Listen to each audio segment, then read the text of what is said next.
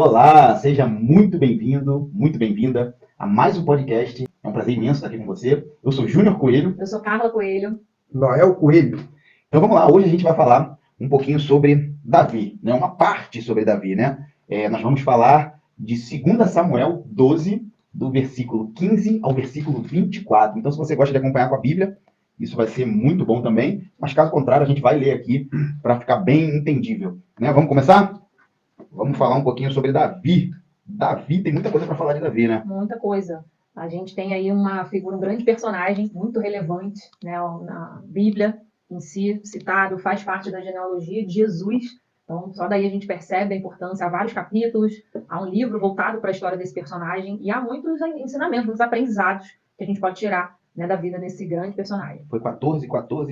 Assim, ao todo, houve 14 gerações de Abraão a Davi, 14 gerações de Davi até o exílio na Babilônia e 14 gerações do exílio até Jesus. Isso aí, 14.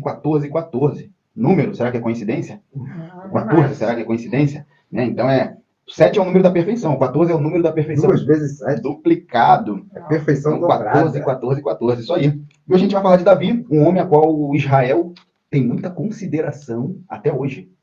Até hoje, fala-se muito de Davi em Israel. Davi foi o melhor rei de carne, né, que Israel já teve. O melhor rei de carne que Israel já teve, porque o de espírito foi Jesus, né? Jesus reina. Então, a gente vai falar um pouquinho sobre isso. Vamos ler? E Deus usou o profeta Natã para Davi. O reino de Davi seria eterno, jamais sairia da geração dele. Isso aí, só para trazer o entendimento para quem está vendo pela primeira vez, esse filho de Davi é Jesus, né? Por isso que o reino é eterno, porque agora o reino faz parte, né, de que está nas mãos de Jesus. A Bíblia fala como filho, né? Mas é um modo de falar, né? Filho de Davi, Jesus, porque o cego falou isso, né? Bartimeu falou, Jesus, filho de Davi, tenha compaixão de mim, né? Mas é um modo de falar, porque Jesus veio da geração de Davi, né? O pai dele, José, pai de Jesus, vinha da geração de Davi, por isso que ele comemorava a Páscoa em Belém, onde Jesus nasceu, né? Em Belém, por quê? Porque José foi comemorar a Páscoa lá, essa era uma tradição. Mas vamos lá, vamos falar um pouquinho sobre Davi. Vamos ler 2 Samuel 12, do versículo 15 ao versículo 24. Vamos ler? Pode. Vamos lá. Então, 2 Samuel, capítulo 12, versículo 15. Depois que Natã foi para casa, o Senhor fez adoecer o filho que a mulher de Urias dera a Davi. Então, peraí. Só para a gente trazer aqui, por que fez Natã falou isso, né? Que o filho de Davi iria adoecer. Eu acredito que todos saibam a história, né? Davi estava no palácio. A Bíblia relata que era quando Davi estava no palácio, a Bíblia relata que era o tempo de os reis irem para a guerra. Então Davi estava fora de posição. Olha só, o quão perigoso é quando a gente não está posicionado ou está mal posicionado. Era para ele estar na guerra, ele não estava na guerra, estava em casa. Quando ele olhou Batseba tomando banho, né, pediu para chamá-la, e daí começou tudo. E é interessante, acrescentando o que você está falando, bem, que ele sempre esteve nas lutas, nas guerras. Mas justamente no momento que ele não foi, ele abriu a brecha para uma série de desgraças, né, que teve na vida dele. Foi algo que Davi cometeu ali, que foi, a gente pode dizer que de muita coisa que Davi fez, talvez tenha sido a pior. Né? Então ele chamou Batseba, teve relações com ela, e o que aconteceu com ela? Engravidou. Então, por que Davi, quando mandou chamar Batseba foi? Mesmo sabendo que era casada? Porque é assim que funciona um sistema de monarquia. No sistema de monarquia, tudo é do rei. Tudo é do rei. E a gente não leva em consideração isso quando a gente entra para o reino de Jesus, né? Venha a nós o teu reino. A gente entra para o reino e quer que tudo continue sendo nosso. Quando a gente faz isso é porque a gente não entende de monarquia, mas a monarquia do homem é assim, tudo é do rei. Porém, existiam algumas leis, né? A lei do casamento mesmo era respeitada. Até porque senão não seria considerado adultério. Né? Vale lembrar que ele precisava, claro, né? Ele precisava respeitar isso. Sim. E foi até isso que gerou. Ele precisava respeitar, mas ela não. Ela era casada e não podia fazer nada. Obedecer, porque ela era do rei. Ele que tinha que respeitar a lei. Imagino que o Batseba falou, o rei quer comigo? Chegou lá, ele teve relações, ela engravidou. Aí Davi foi astuto aí, né? A Bíblia fala sobre sabedoria e astúcia. O Davi eu considero que foi um homem sábio. Se você tem sabedoria e usa astúcia, é como se a sabedoria fosse um unguento de perfume e você deixasse cair uma mosca ali. Salomão fala isso. Invalida todo unguento. Então o que aconteceu? Ele chamou, ele foi astuto. Quando ele percebeu que ela engravidou, ele foi mais astuto. Ele falou para Joabe, manda vir Urias, tira ele aí da guerra, manda ele vir falar comigo. Então o que Davi fez? Deu umas bebidinhas para Urias e falou, vai para casa e deita com a tua mulher. Urias, por que Davi fez isso? Porque queria que Urias tivesse relação com a mulher, simular que o filho era de Urias. Então, astuto de novo. E depois de... Aí o que Urias falou? Urias não foi para casa. Fiel, ele não foi para casa. Ele falou, como vai eu me deitar com a minha mulher sabendo que Joabe está no campo de batalha? Estão guerreando e ficou, fez uma operação, entre aspas, né, Urias, e ficou na porta do palácio. Ficou na porta do palácio e não foi. Aí Davi teve que usar outra estratégia. Manda Urias, né, bota ele na frente da guerra lá, capitão de... que não era a função de Urias. Então, quando Deus vem falar com Davi, fala, por que assassinaste o meu filho pela espada de Amon? Deus Então, considerou Davi, isso um assassinato. E Davi não matou com a própria espada, mas matou com a espada do outro. E Deus foi claro com ele. Assassinaste Urias com a espada de Amon. E olha como é que um abismo chama outro abismo, né? Veio o adultério, depois veio as mentiras, aí depois... Então, é um processo que se repete, né? Quando a pessoa não se arrepende, não corta aquela brecha, não fecha aquela brecha, né? Aí ele cometeu o adultério, depois teve que vir com as mentiras, e depois teve que vir com a dissimulação e o assassinato, entre outras coisas, até ele cair em si, que a gente vai falar aqui, né? Quando o profeta Natan traz a consciência dele, o que ele tinha feito, para aí sim ele se arrepender. E enquanto não chega a consciência, a pessoa parece que fica desnorteada e não sabe como sair daquele poço, né, que ela entrou. Esse é um grande quê, né? O Davi, ele estava viajando. Porque quando o Natan vai falar com ele, né, a gente já vai chegar aí, parece que ele estava meio... Vamos continuar a ler aqui para a gente entender isso. Como a gente está no 15 aqui, Natan foi para casa porque Natan já tinha passado na casa de Davi e já tinha dado o recado, né? Falou para ele, imagina um rico com muitas ovelhas, tomar a ovelha de um pobre, e Davi falou, digno de morte é, e Natan falou, você é esse que fez isso, porque você tomou a ovelhinha de Urias. E Natan falou lá, Deus falou através de Natan que ia matar a criança. Só para deixar entendível aqui, como a gente começou do 15, Natan foi para casa e o Senhor feriu a criança. Mas o Senhor avisou, eu vou ferir a criança, essa criança vai morrer, eu vou matar essa criança. Eu já tinha falado, então não foi novidade para Davi. E como a criança adoeceu, como meu pai leu aí no versículo 16, buscou Davi a Deus pela criança e jejuou, e entrou e passou a noite prostrado em terra. Isso prova o quê? Que Davi realmente se arrependeu. E o forte de Davi era o arrependimento. Não tem passagem na Bíblia que ele fez e tornou a repetir o erro. Davi errava muito, errava ele não repetiu mas mesmo. Era de coração, ele se arrependia de coração, tanto é que ele foi considerado o segundo coração de Deus. de Deus. Só de não repetir o erro, porque o pecado é uma coisa. Quando você peca e você se arrepende daquilo e não faz mais, é uma coisa. O pecado ele tem um peso, a iniquidade tem outro peso. O que é iniquidade? É o pecado repetido várias vezes. Isso tem um peso muito maior no mundo espiritual. E a Bíblia fala aqui no 16, então, que Davi buscou e passou a noite prostrado em terra. O que significa isso? A criança adoeceu gravemente. Antes, Deus já tinha falado que ia fazer o que com a criança? Matar. Essa criança aí vai morrer. Só que o que Davi fez? O que era possível. Olha essa coisa linda. Ele, mesmo Deus tendo avisado que ia matar, a criança estava viva. Estava viva. Então existia ainda a esperança. A esperança. Foi onde ele se prostrou, se arrependeu na esperança de Deus reverter a situação. E olha que interessante, há uma reflexão sobre isso, que às vezes a gente pensa que um decreto sobre algo, aquilo acabou, já não tem. Mas quando é o fim, mas quando você conhece a Deus e sabe que se você clamar, se arrepender, muitas vezes buscar em Deus um conserto, pode ser que ele volte ao que foi decretado, assim como Jonas, né? E lá na Nínive, Deus tinha enviado um decreto sobre o que ia fazer com Nínive, e aí o povo se arrependeu, se consertou, vamos dizer assim, e o que Deus ia fazer foi alterado. Então é possível mudar o curso da história de muita coisa uma vez que você... Tem a história também que Deus mandou o profeta lá avisar o rei Ezequias, que ele ia morrer. O profeta foi lá, avisou. Aleluia. O profeta saiu, o rei orou, pediu a Deus, ele teve que voltar, né? Foi isso? Não, ele pediu a Deus e Deus acrescentou mais 15 anos. Mais 15 anos na vida dele. Ele ia morrer ali. Só que qual era o segredo ali de Ezequias? Ezequias era um rei justo, era um homem bom. E o que ele fez? Olha só como que a Bíblia ensina a gente a lidar com Deus. Ezequias falou isso com Deus. Falou, poxa, Senhor, tenho sido justo, buscado retidão. E Deus falou, verdade. Em alguns momentos da Bíblia, agora eu vou ser polêmico. Deus fala, e Deus em Noé, 150 dias Noé estava dentro da arca. E a Bíblia relata, e lembrou-se Deus de Noé.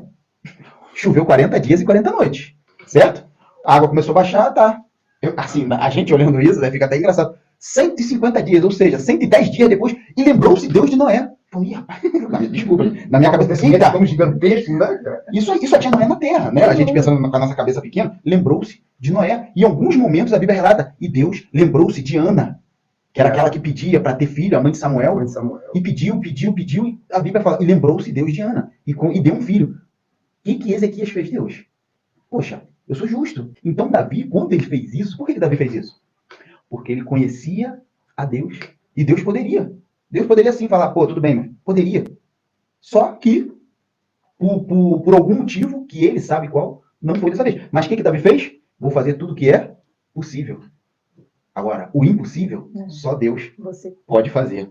Aí vamos continuar no 17. Aí ele diz, os oficiais do palácio tentaram fazê-lo levantar-se do chão, mas ele não quis e recusou a comer. Né? Isso é Davi. Peraí, esse é 17, né? É. Então, calma aí, recusou-se a comer. O pessoal do palácio foi lá falar com ele. Ele ainda estava no Porque ele processo estava prostrado ainda em terra. de um propósito em prol dessa criança, de que ela não morresse. Sim, mas Davi, ele se prostrou, né, foi à toa, ele fez jejum, não foi isso? Davi fez jejum, Davi se vestiu de pano de saco, fez algumas coisas. Presta atenção nisso. Davi, ele não queria falar com os oficiais, aqui na minha versão diz anciãos, ou oficiais, né? Ele não queria. O que ele fez? Ele chegou e se prostrou, e ali ele ficou, e não fez mais nada. Isso aí. Vocês acham que Davi não tinha mais nada para fazer? Claro que tinha. Ele era um rei. É muita responsabilidade. Ele tinha um monte de coisa para fazer. Mas o que ele fez? Se prostrou e só pensou em quê? Naquilo. Jejuou, orou, clamou, se vestiu de pano de saco. O que significa isso? Intensidade. Para resolver algo. Às vezes você está com um problemão que exige uma intensidade maior de jejum e você vem com um jejumzinho. Não é isso? Às vezes você está com um demandão e vem com uma buscazinha. Davi não veio com busquinha. Qual era a intensidade? Meu filho pode morrer. Qual é a intensidade? Abandonei tudo, não quero que ninguém fale comigo, se isolou, e ali ele só buscou a Deus na intensidade certa. É isso aí. Vamos lá. 18. 7 dias depois, a criança morreu. Então, provavelmente, durante esses 7 dias, ele ficou totalmente focado nesse propósito. Perfeito. Isso aí. Pela mudança do decreto de Deus. Os conselheiros de Davi ficaram com medo de dizer-lhe que a criança estava morta. E comentaram, enquanto a criança ainda estava viva, falamos com ele, e ele não quis escutar-nos. Como vamos dizer que a criança morreu? Ele poderá cometer alguma loucura. Davi, então, percebendo que seus conselheiros cochichavam entre si, compreendeu que a criança estava morta e perguntou, a criança morreu? Sim, morreu, responderam eles. Então Davi levantou-se do chão, lavou-se, perfumou-se, trocou de roupa. Depois entrou no santuário do Senhor e o adorou. E voltando ao palácio, pediu para que ele preparasse uma refeição e comeu. Olha só. Olha só. Davi fez tudo o que era possível enquanto a criança estava Viva. Vou fazer tudo. Né? A Bíblia até relata aí 7 dias, clamando, jejuando, orando. A criança morreu, sabe o que Davi fez? Levantou. Limpou a poeira, prepara uma comidinha para mim que agora eu vou comer. Por que Davi fez isso? Pode você mudar o passado? Você pode mudar o passado? Não. Impossível. Você pode. A criança morreu. Tinha mais alguma coisa para Davi fazer? Não. Se nós não temos o poder de mudar o passado, de que adianta ficar sofrendo agora no presente por algo que aconteceu no passado e você não vai mudar? Tem algum cabimento isso? Não tem. E aqui a gente vê claramente que Davi entendia isso. Eu fiz até onde eu pude. A criança morreu. Levanto, né? Aí ele já cai aonde? Em Paulo. Olha só como é que Davi cai. Olha como que Davi tinha uma inteligência nas emoções dele, né? Emocional. Ele já fez como Paulo fala, esquecendo-me das coisas que ficaram para trás, Prossigo para o alvo. prossigo para o alvo. O que a maioria das pessoas vão fazer nesse momento? Vão ficar ali lamentando durante quanto tempo? Qual a intensidade da lamentação? Você sabia que tem gente... Tempo, e né? o tempo? Perdura. E o tempo, na terapia, a gente costuma dizer que cada coisa tem um tempo. A morte de um familiar, de um ente querido. Luto, né? Segundo a terapia, a gente fala 3 meses de luto. 3 meses de luto significa equilíbrio. 5 anos de luto, décadas de luto, e você já fugiu do equilíbrio. Pode você mudar o passado, trazer aquela pessoa de volta? Então por que você tem que morrer junto com ela? E Davi, tem aqui a gente está falando de um filho. Um filho. Eu acho que é a pior coisa que pode acontecer com um ser humano. Inclusive, eu vejo nessa atitude de Davi, pelo que nós vemos até agora, foi arrependimento e, ao mesmo tempo, aceitação. E ninguém faria tal gesto conforme procederia dessa forma que Davi procedeu. Isso mostrou claramente arrependimento e aceitação. Porque quando a criança morreu, ele parou de fazer tudo aquilo, parou de jejuar, saiu da terra, ele estava prostrado em terra, foi comer pão. Os seguidores dele tentou tirar ele da terra para comer pão, ele não comeu, mas a criança morreu. Ele foi adorar, está escrito aqui, Isso que eu ele ia foi comentar, esse gesto adorar. de adorar. Isso aí, Pra não é à muito, toa. é muito comum muita gente, Mas- pelo contrário, escarnecer de Deus, se revoltar com Deus. A última coisa a fazer é adorar a Deus. No momento desse, Num né? momento como esse. Olha Né? só. Seria uma das últimas atitudes da maioria dos réis mortais, né? Adorar a Deus e exaltá-lo, e como você falou, né, aceitar tal fato. Mas ele nos deixa esse grande ensinamento aqui, né? Sobre realmente reconhecer Deus em todas as coisas, de entender que ele tem o melhor para cada um, ele sabe o que faz, né? E adorá-lo e aceitar, enfim, realmente não olhar para trás. E interessante que mais à frente ele fala que vai consolar a sua mulher, então eu acredito que se fez muito importante ele ter esse realmente equilíbrio dessa inteligência emocional, porque como é que eu vou consolar o outro se eu mesma estou desequilibrada, estou ali emocionalmente extremamente abalado, né? Se ele não realmente tivesse essa inteligência emocional, eu não conseguiria nem consolar ninguém, né? Nem a mãe da criança. Olha, isso vocês estão tocando nesse ponto do e adorou, que fala, né? Então, levantou-se da terra, se ungiu, mudou de roupas, entrou na casa do Senhor e o adorou. Olha, sabe o que significa esse o adorou? Eu lembro, quando eu era mais novo, que eu estava estudando para concurso público, eu estudava muito. Então aquilo virou um hábito para mim. Estudar virou um hábito. Então, às vezes, eu saía, mesmo estudando para concurso público, às vezes, quando aparecia, né, para sair, para fazer alguma coisa, até com a Carla mesmo, na época que eu estava estudando, eu chegava de madrugada, sabe o que eu fazia? Pegava o livro E estudar. e estudar. Olha só que doideira, não é? Por quê? Porque aquilo era um hábito. Virou um hábito. Por que Davi saiu dali e logo adorou? Era um hábito. Porque adorar já era Um hábito. um hábito na vida de Davi. Davi era constante em adorar. Em qualquer circunstância. Em qualquer circunstância. E ele foi lá, comer era uma constância na vida dele, não era? Olha só, ele mudou de roupa, tirou a roupa do luto, ele foi lá, adorou, se lavou, que é um hábito, se lavar não é um hábito. Então aqui mostra, então Davi se levantou da terra, isso não é um hábito, ele estava caído e se levantou. Se lavou, isso é um hábito. Ele foi lá e exerceu um hábito. Se ungiu, provavelmente deveria ser um hábito para ele, Davi participava de guerra constantemente, mudou de roupas, que também é um hábito, entrou na casa do Senhor e adorou. Ou seja, ele retornou todos os seus hábitos. Uma pessoa que não tem hábito de adorar, acaba de perder um ente querido, Ele vai não vai fazer isso adorar. jamais. Não vai adorar. Isso é um hábito na vida de Davi. Vamos lá, 21 agora. E seus conselheiros lhe perguntaram: por que ages assim? Enquanto a criança estava viva, jejuaste, choraste, mas agora que a criança está morta, tu te levantas e comes? Olha aí, olha aí. Ele respondeu: enquanto a criança ainda estava viva, jejuei e chorei. Eu pensava: quem sabe, talvez o Senhor tenha misericórdia de mim e deixe a criança viver. Então, olha só. Aí a gente chega. A aceitação, foi o que meu pai falou. Davi aceitou. Que é isso que fizeste? Os servos dele não entenderam aquela situação. Porque não dá para entender. Realmente fica difícil. Fica difícil. Um ser humano comum não vai entender. Ele se levantou. Aí a gente fala, pela criança de chorar, porém, morreu a criança, você se levantou para comer pão. Ele aceitou. Ele aceitou. E o que é aceitação? A não aceitação do que Deus faz na tua vida é resistência. E resistência é conflito. E conflito prolonga a dor. Olha só. Tem até um ditado que o pessoal diz: aceita que dói menos. Não é isso? Aceita que dói menos. A não aceitação é uma resistência. Quantas pessoas falam que assim, eu não aceito o meu marido ter me traído? Eu não aceito. Quando ela não aceita, o que ela quer dizer ali? O que tem dentro dessa frase? Eu não aceito fulano ter me traído. O que tem dentro dessa frase? O passado, não aceita o passado e nem aceita perdoá-lo. Porque tem orgulho. Eu não aceito fulano ter morrido. Orgulho. Só que a gente tem um ponto aqui. O que Deus falou através de Natan? A criança vai morrer. Certo? Vai morrer. Deus podia. E Deus deu uma doença grave na criança. Davi orou para que a doença fosse embora e a criança não morresse. Mas se morreu, em nenhum momento Deus falou que ia ressuscitar lá. Deus não falou que ia ressuscitar. Eu só quero trazer... Deus falou, vai morrer, e morreu. Até ali, até antes de morrer, Deus poderia, na verdade, ele poderia fazer em qualquer momento. Mas até antes de morrer, ainda estava dentro da palavra dele. Ele ia falar que assim, ó, não morreu.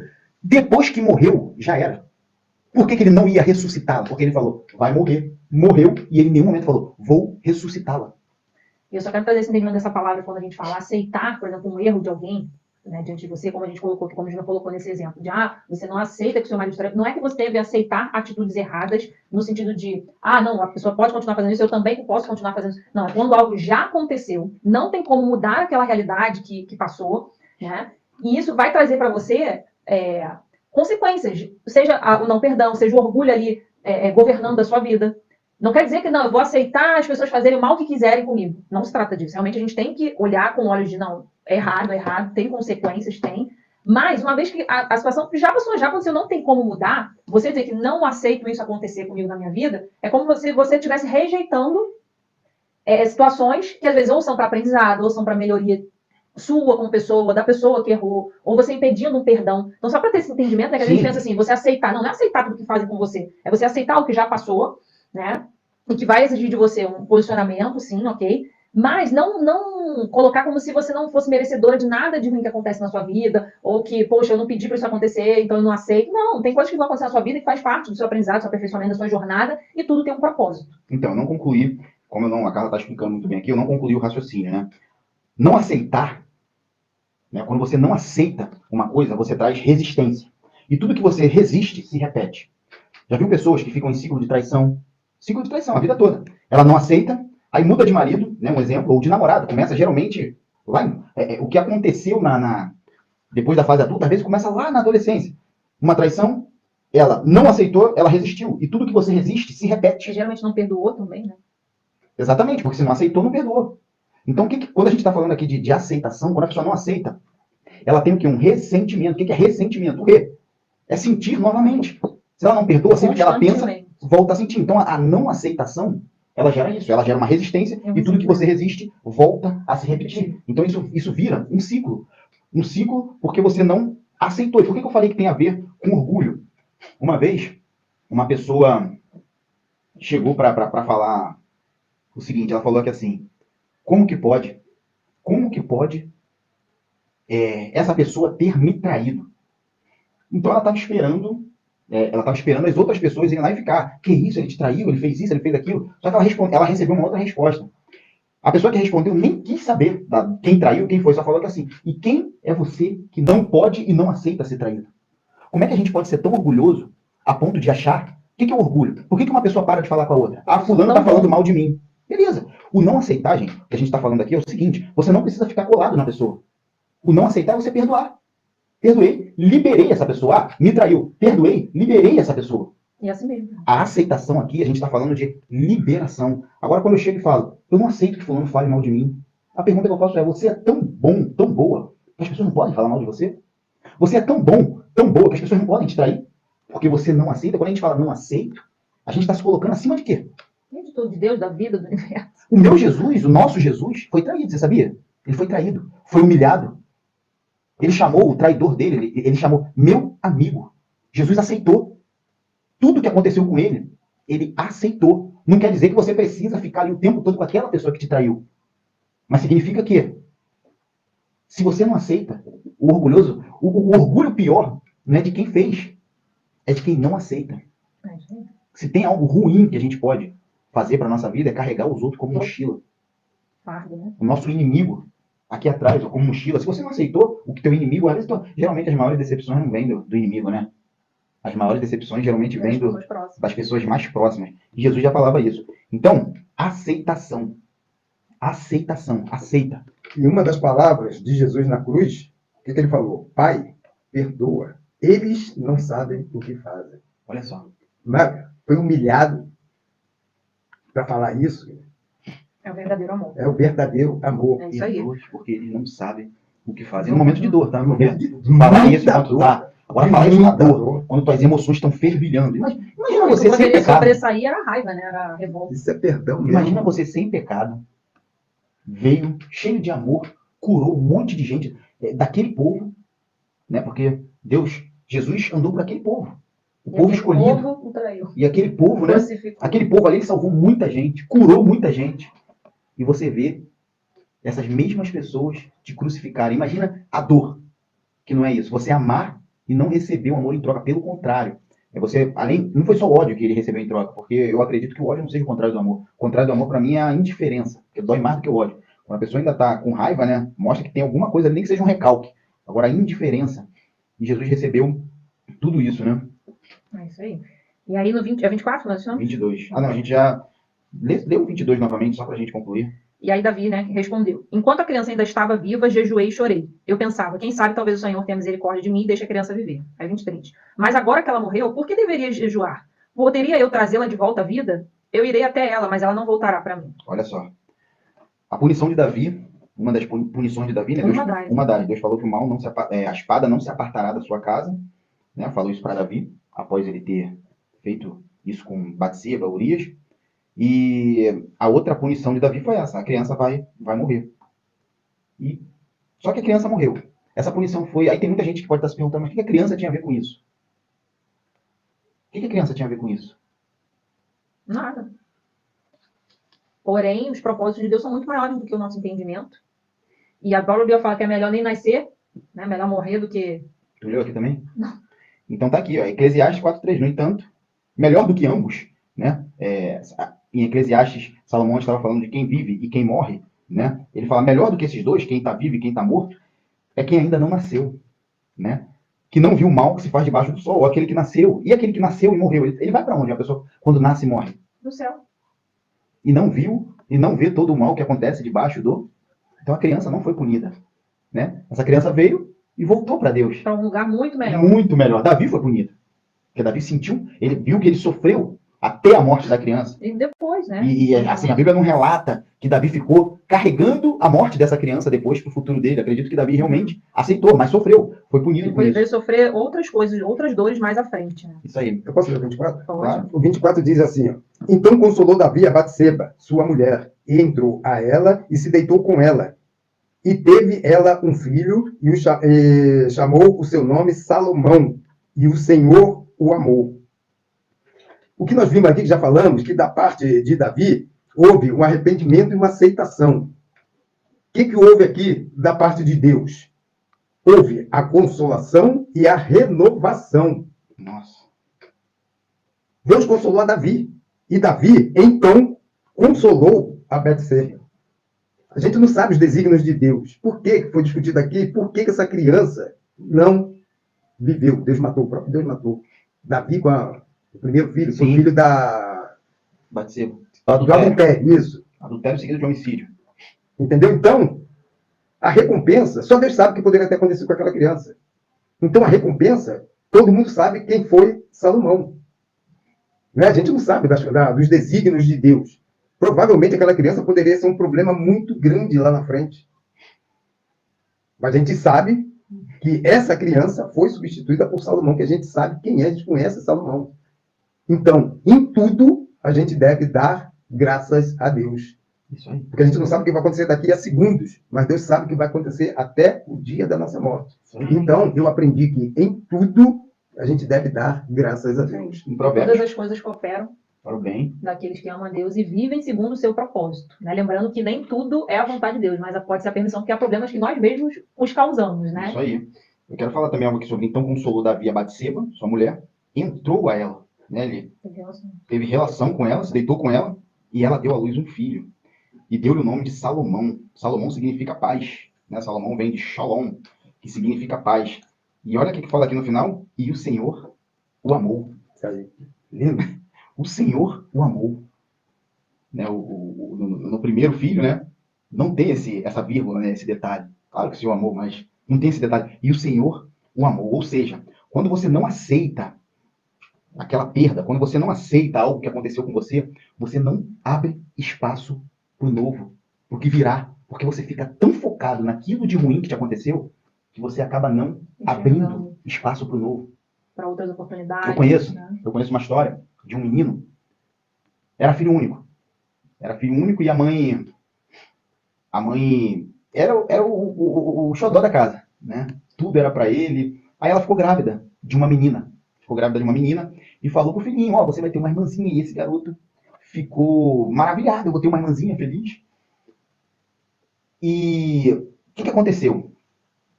No meio da gestação, esse garoto muito feliz, esperando realmente a irmãzinha. No meio da gestação, essa mãe perdeu essa bebê, que era uma menina. Ela sabia que era uma menina.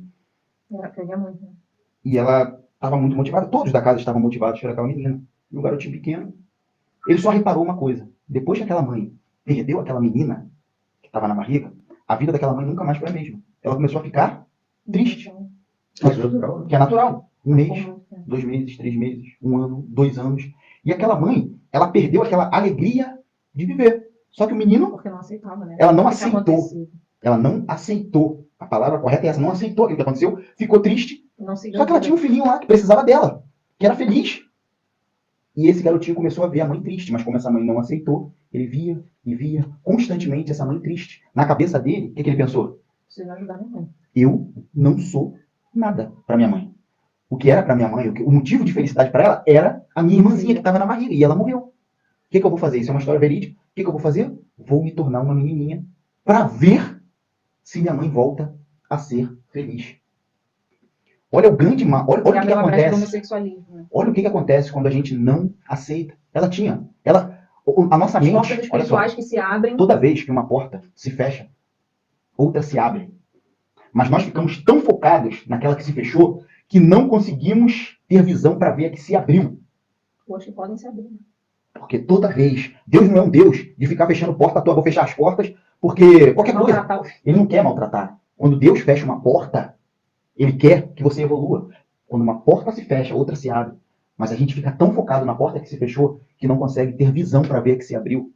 Essa mãe ficou tão focada nesse evento que aconteceu que esqueceu que tinha um filho que precisava de amor, que precisava de carinho, de afeto.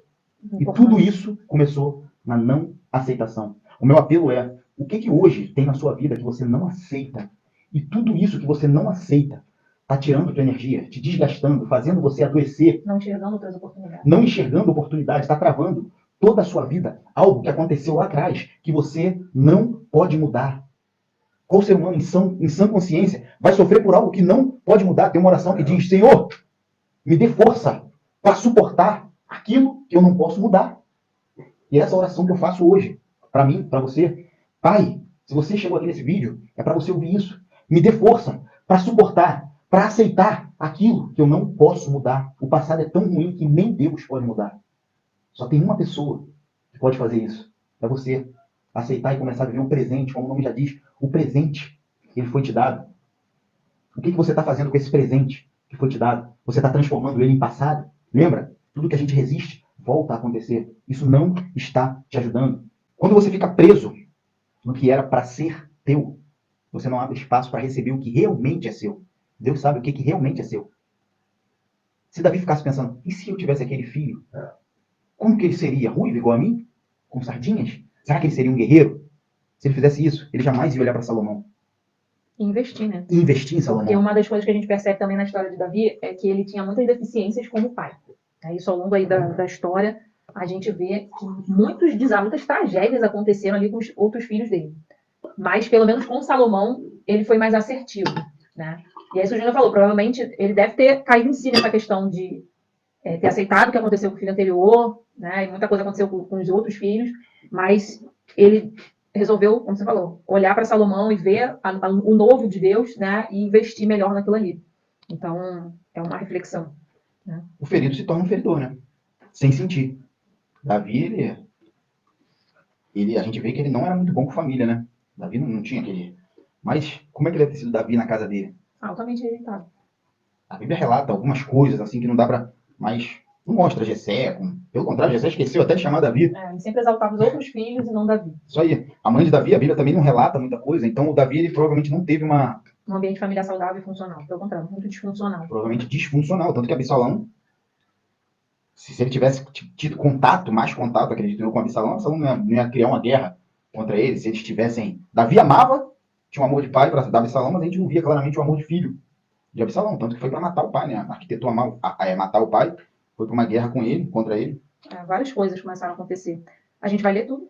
Não, mas voltando aqui para Batseba e Davi, só um resumão.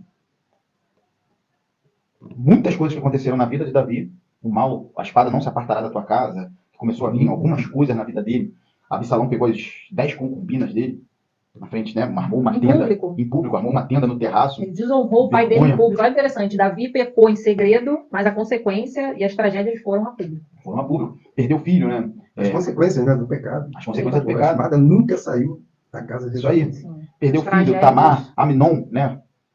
Ficou com Tamar, que era sua irmã. Absalão matou Aminon. Começou a acontecer uma série de coisas. Mas olha só como que Deus é um Deus de infinitas possibilidades. Deus, ele não vai ficar focado no teu pecado, no que você fez. Não vai ficar. Ele só quer uma coisa, que você se arrependa. Se você não se arrepender, você vai fazer de novo. E não peque mais. E se você não se arrepender, você vai fazer de novo. E você vai trazer o quê? Maldição para a sua própria vida. Desse pecado que Davi cometeu, né, com Batseba, nasceu Salomão. Um dos maiores reis também que a terra já teve. O rei mais sábio que a terra já teve. Pô, mas aí você se pergunta, Davi não tinha mais 10 concubinas? Por que esse grande rei não veio das outras com que ele não adulterou? Você sabe me responder isso? Davi não adulterou com as outras, estava tudo certinho do esquema. Por que o grande rei, o que foi escolhido rei, era o mais novo? Talvez, né? Era o mais novo. Filho da última esposa. Filho da última esposa, o mais novo. Mas Davi tinha outros filhos. Só que o filho, Salomão, era o filho de onde Davi cometeu o maior pecado. Então o que a gente vê? O que a gente Onde vê o pecado abundou, a graça superabundou. Então, como a Carla disse, o que Deus fez aí? Onde o pecado abundou, a graça superabundou. É por isso que a culpa, ela não foi feita para ficar aqui no topo da nossa cabeça, ela foi feita para ficar nos nossos pés. Porque Deus pode e quer fazer onde você menos espera. É isso aí. E da onde você, às vezes, se viu mais fraco, é dali que Deus te faz forte, te faz, como você falou, um Deus de infinitas possibilidades. Então, ele não desperdiça nada. Aquilo que na sua vida você acha que, poxa, não vai vir nada de bom, mas dali ele pode trazer coisas grandiosas e que vão te fazer conhecido e grande e alguém que superou, né, grandes coisas. Isso aí. E aí, mais alguma consideração? Esse texto aí, ele ressalta a justiça, a misericórdia e o amor de Deus. Ficou bem claro isso aí. Justiça, misericórdia e amor. Amém, Jesus. Eu acredito que o nosso foco tem que ser, de fato, em viver essa vida com Deus, para que, por algum descuido, você não cometa erros que sejam dificílimos de reverter. Mas não que não há como reverter. Sim, a gente percebeu que a misericórdia de Deus, ela se renova e é infinita, né? Deus aproveita até dos seus maiores erros, mas quando ele vê um arrependimento genuíno, ele muda a rota de muita coisa. Mas se você se mantiver em santidade, né, em buscando essa vida com Deus, você vai fugir da aparência do mal com mais facilidade e vai evitar de se colocar em grandes poços, grandes abismos, né, negativos na sua vida. E segunda coisa, eu acredito que é confiar que Deus realmente tem o melhor. Ele quer que a gente viva, os propósitos sempre vão ser melhores. E é quando a gente está distraído, é quando a gente acha que está fazendo o que tem que fazer, pode ser a isca para você não considerar a vontade de Deus, porque veja bem, Davi conhecia as leis, sabia que ele tinha que estar em guerra, naquele momento que os reis estavam em guerra, mas no momento que ele desconsiderou o que era realmente para ele estar fazendo, a posição que ele tinha que estar, né, e estava distraído ali, né, com uma mulher, e hoje existem várias distrações que podem te levar a realmente pecar, e é nesses momentos dessas distrações, né, ou que você é levado por coisas que a sua carne é inclinada, quando são os momentos que você pode se afundar. Mas o problema não é se afundar, o problema é não se arrepender e não chegar à consciência, porque você só consegue mudar aquilo que chegou à sua consciência, aquilo que você teve clareza. E isso só vai acontecer se você se colocar, né, ali em Deus, colocar as suas demandas para Deus. Então, fica o grande ensinamento, né, de estar com a vida em retidão, mas principalmente com luz sobre as nossas atitudes, porque a gente viu que tudo começou quando ele fez tudo às escondidas, né, e infelizmente a humilhação dele foi em público. Né? Então, ter realmente uma vida sobre a luz de Deus, nós não somos perfeitos, nós vamos errar, mas um ponto aqui que ele nos ensinou muito importante é sobre esse arrependimento genuíno, não errar nas mesmas coisas, né? E estar na posição, na hora certa, no lugar certo, nos ambientes certos, com as pessoas certas, né? Que eu tenho certeza que Deus vai sempre direcionar para o melhor caminho. Tem uma música do Marquinhos Gomes que ele fala assim: não importa onde você for, se na escuridão da noite Deus apaga o seu passado e não desiste de você. Então, o que eu quero deixar é isso. Deus apaga o seu passado todas Na verdade, as ele noites. não se lembra, né? Ele não tem Se ele como não se apagar o lembra, passado. Deus não é um Deus de ressentimento. É. Igual muitas vezes a gente faz. Ah, você fez isso, eu vou fazer isso. Deus não é um Deus de ressentimento. Quem quer te colocar culpa não é Deus. Não é Deus, é o inimigo das nossas almas. Então, como Paulo disse, esquecendo-me das coisas que ficaram para trás, prossigo para o alvo. Não é quantas vezes você errou. é o teu desejo de acertar. Porque quem vê nossos erros é aqui, ó, o ser humano. Deus sonda o coração. Deus sonda o teu desejo de acertar. E é isso que Deus está vendo. Se você tem esse desejo ardente dentro do teu coração de acertar, Deus está vendo isso, Ele sabe que nós somos pecadores. E para de se culpar. Não se culpa, não. A culpa é para te colocar para baixo. Mas Deus fala, levanta-te, põe-te de pé, e eu falarei contigo. Então a mensagem de hoje aqui foi sobre Davi, que sempre tem muito a nos ensinar. E depois depois dele veio Salomão também, que nos ensinou muito. Continua nos ensinando, né? E é isso. Considerações finais? Errar é humano. Insistir no erro que está o pecado. Cair é humano. Levantar é de Deus. Então é isso, gente. Se essa mensagem edificou, trouxe alguma clareza, edificou, que seja 1% na sua vida. Compartilha, curte, ativa o sininho, que a gente vai sempre estar fazendo isso aqui, sempre estar falando da palavra, da verdade, porque é ela que liberta. Deixa teu comentário aí. Sim, ficou de maior aprendizado. Comenta aqui embaixo do vídeo que ficou de maior aprendizado das palavras de hoje. Foi muito bom estar aqui com você. Muito bom. E a gente se encontra em breve novamente. Fiquem com Deus. Semana abençoada. Tchau, Tchau, tchau. Até o próximo.